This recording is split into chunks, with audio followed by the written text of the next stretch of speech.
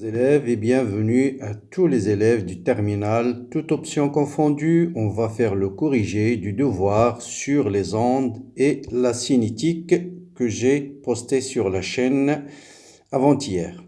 Bon, ce devoir est formé de deux exercices. Donc le premier, on va parler un peu des chauves-souris.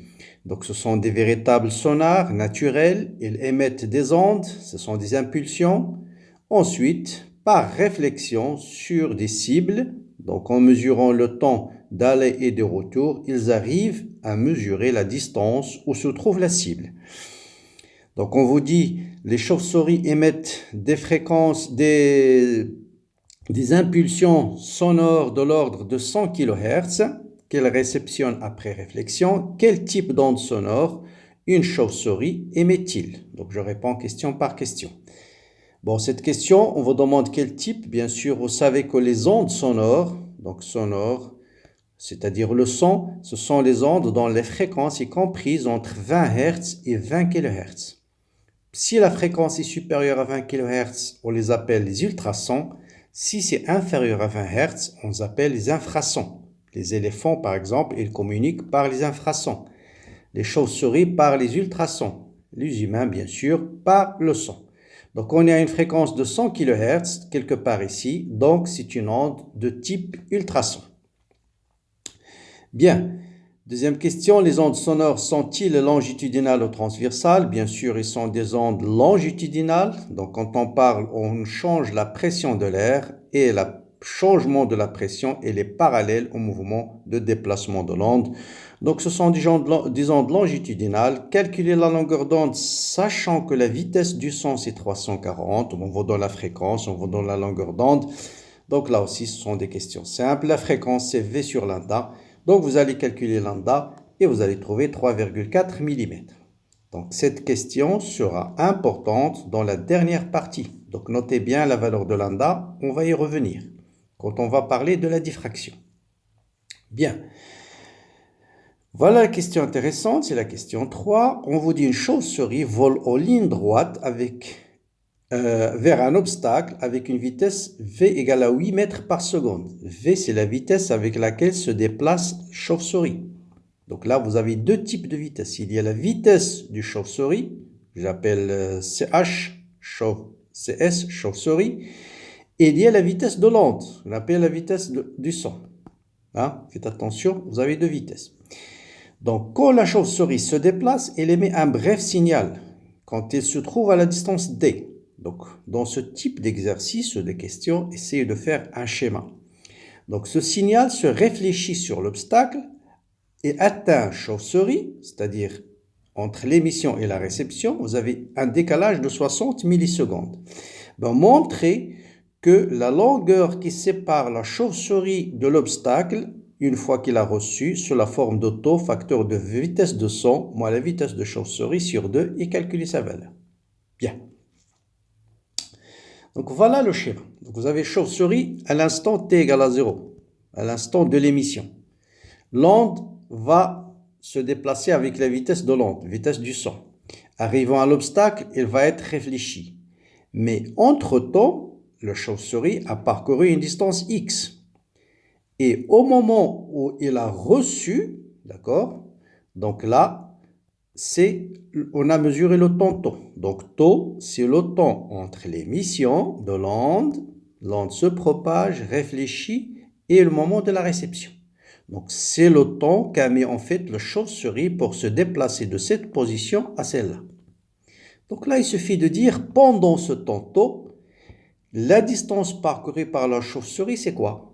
Donc on vous dit au départ la distance c'est L, D, pendant la réception c'est L. Donc quelle est la distance? Cette distance qui est parcourue par la chauve-souris pendant cet instant tau.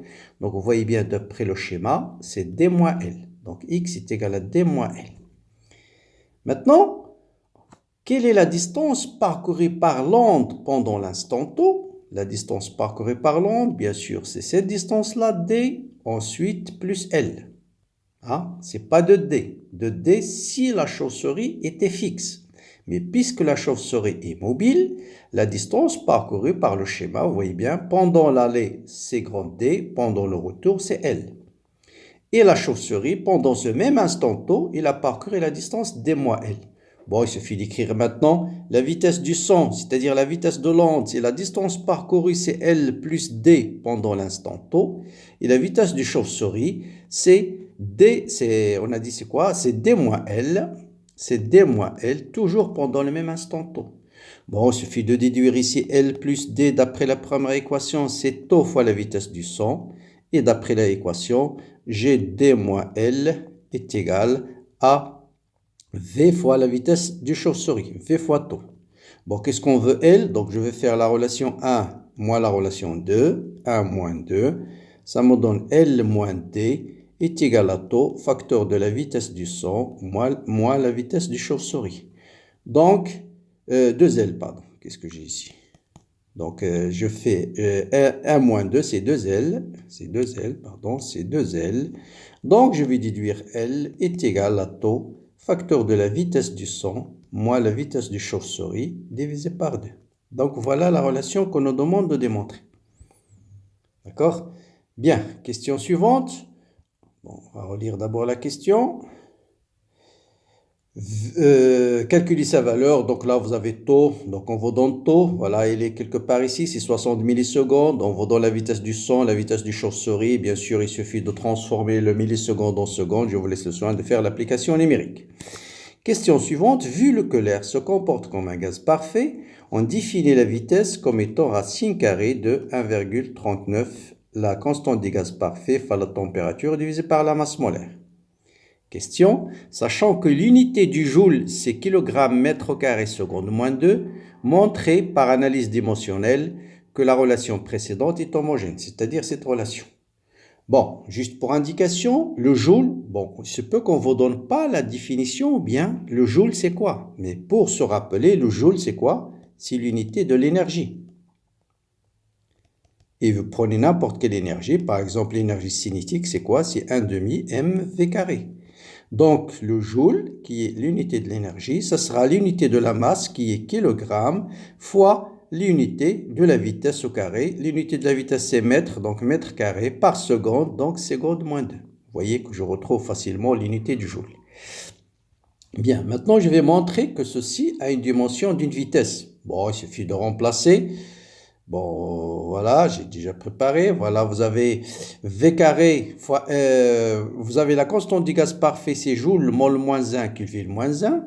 Donc, je vais déterminer l'unité de R fois T sur M. Donc, l'unité de R, c'est le joule, mol moins 1, Kelvin moins 1. La température, c'est Kelvin. Et la masse molaire, c'est bien sûr kilogramme par mol, mol moins 1. Donc, vous voyez bien que je vais simplifier mol moins 1 avec mol moins 1. Kelvin avec moins 1 avec Kelvin s'en va. Donc, il va me rester quoi? Joule par kilogramme.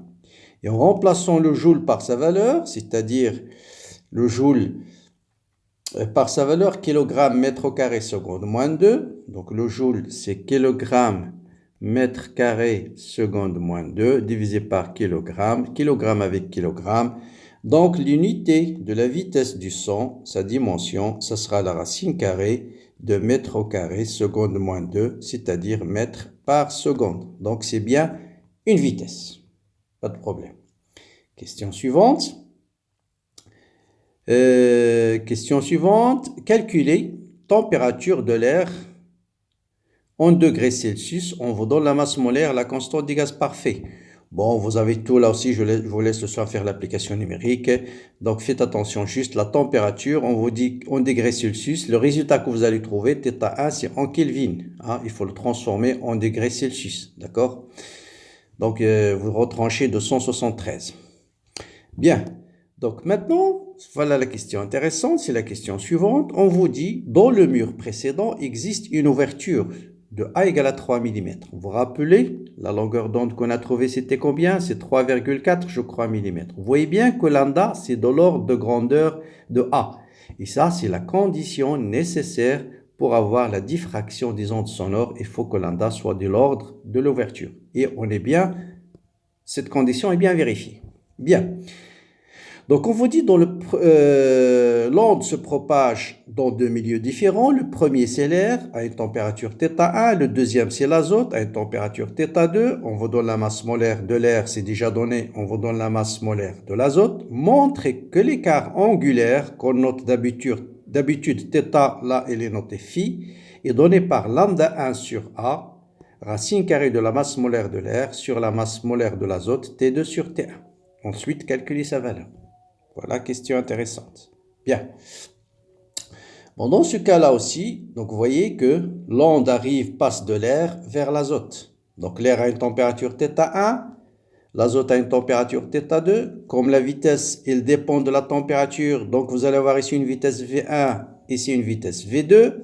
Et par conséquent, vous allez avoir une longueur d'onde lambda 1 et une longueur d'onde lambda 2.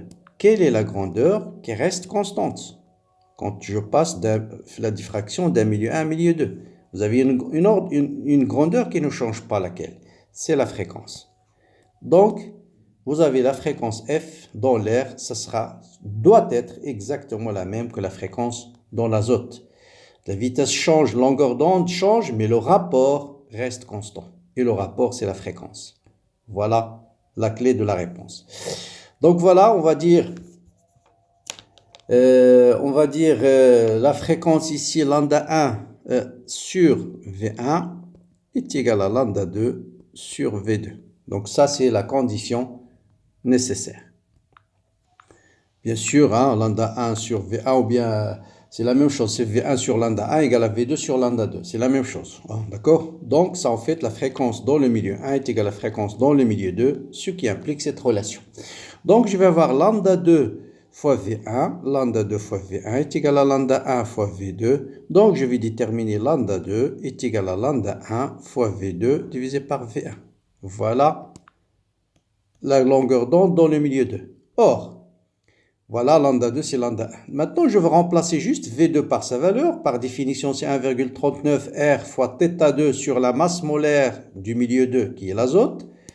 La vitesse dans le milieu 1, c'est la même chose, 1,39 R θ1 sur la masse de l'air. Si je fais le rapport, vous voyez bien 1,39 fois R va se simplifier. Il va rester θ2 sur la masse molaire de l'azote divisé par θ1 fois la masse molaire de l'air, c'est-à-dire je multiplie par l'inverse. Et donc lambda 2 est égal à lambda 1 fois cette expression.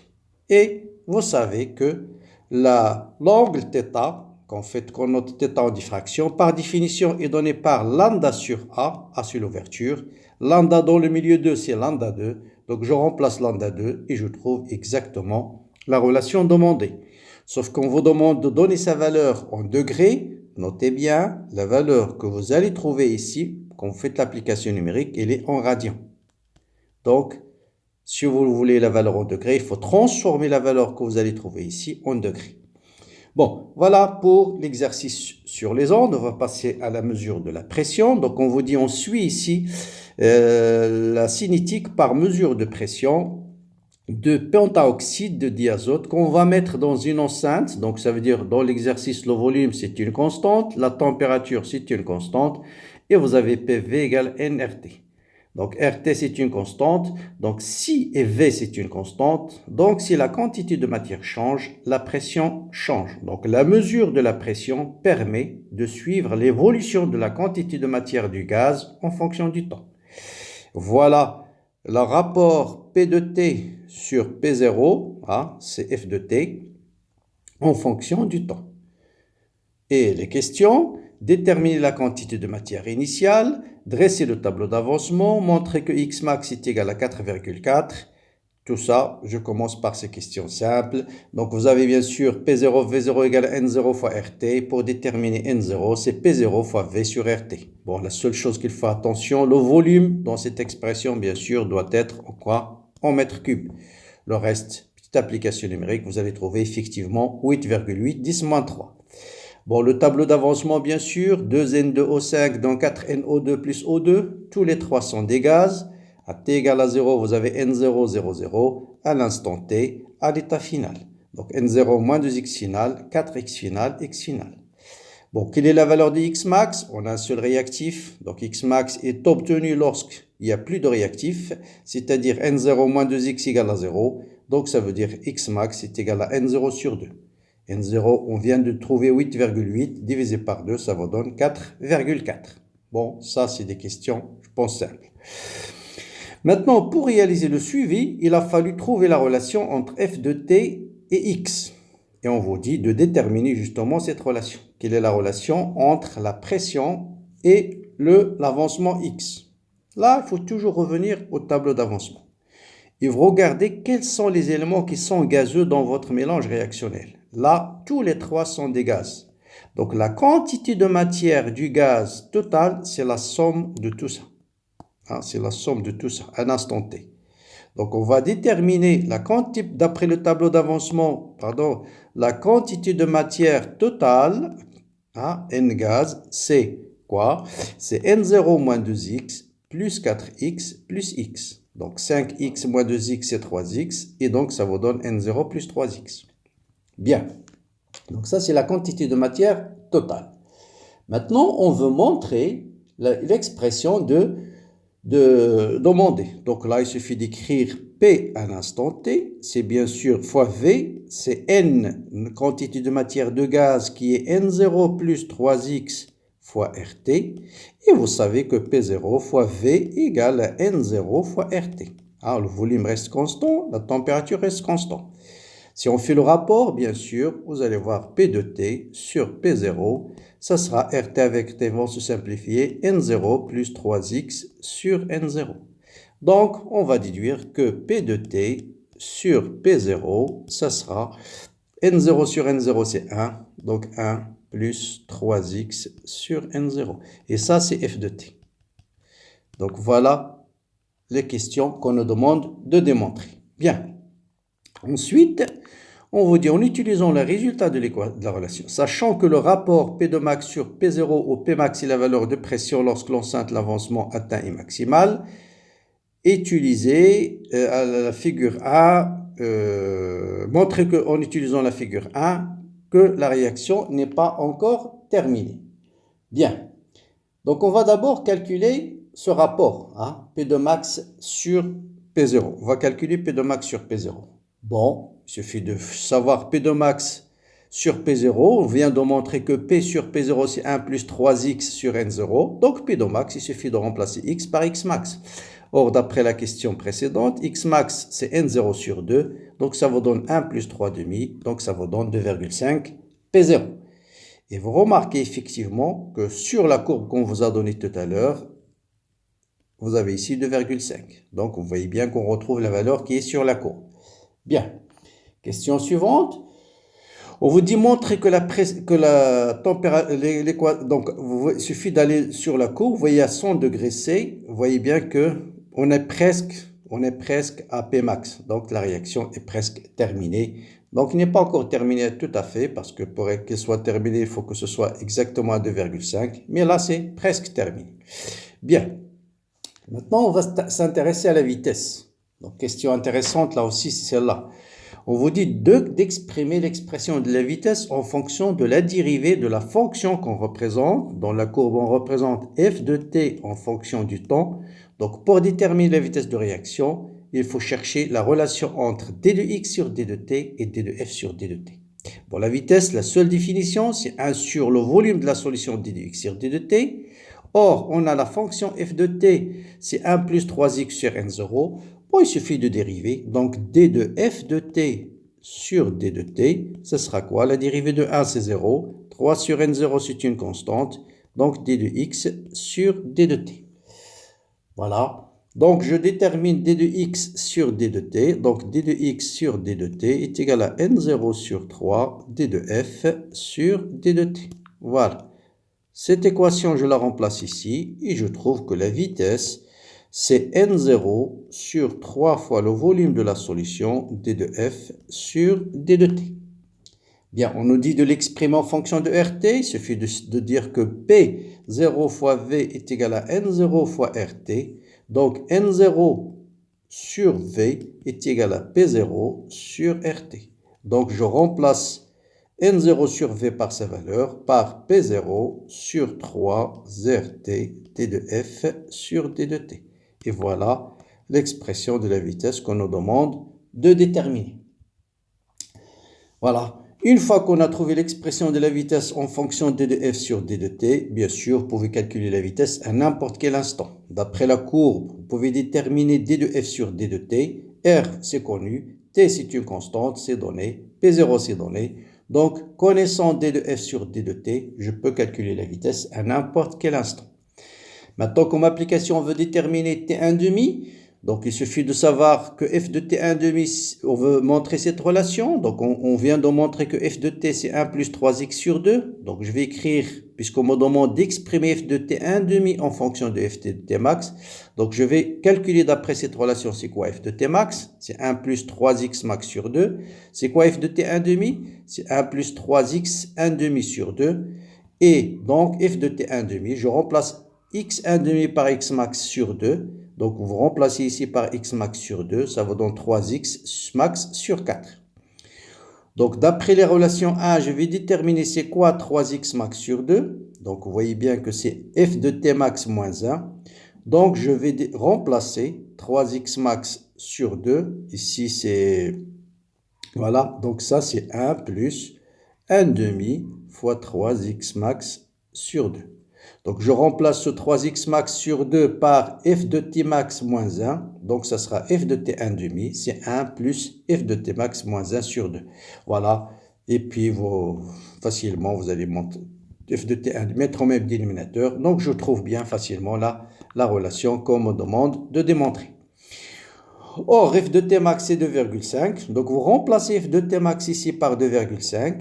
Et ça vous donne f de t 1 demi, c'est 1,75. Maintenant, il suffit d'aller sur la courbe, chercher 1,75 où il se trouve, l'intersection avec la courbe. Vous notez son abscisse, et son abscisse, c'est t1 demi. Et d'après la courbe, vous allez vérifier que t1 demi, c'est à peu près 25 secondes. Bon, on va le voir à peu près. La courbe n'est pas très bien claire, mais je pensais ça. Voilà la courbe, voilà. Donc, voilà 1,75 à peu près ici. Lorsque t est 1 demi, cette fonction, c'est 1,75. Donc, l'intersection avec la courbe, ça vous donne ce point. Donc, ici, vous avez 20, 30. Bon, allez, on va dire 25, 26 secondes. Donc, voilà pour ce devoir que je trouve intéressant et que j'aimerais bien partager avec vous. Et de votre part, essayez de le partager avec vos amis. J'attends bien sûr vos commentaires, vos suggestions. Je vous souhaite, comme d'habitude, bon courage, bonne continuation et à très bientôt.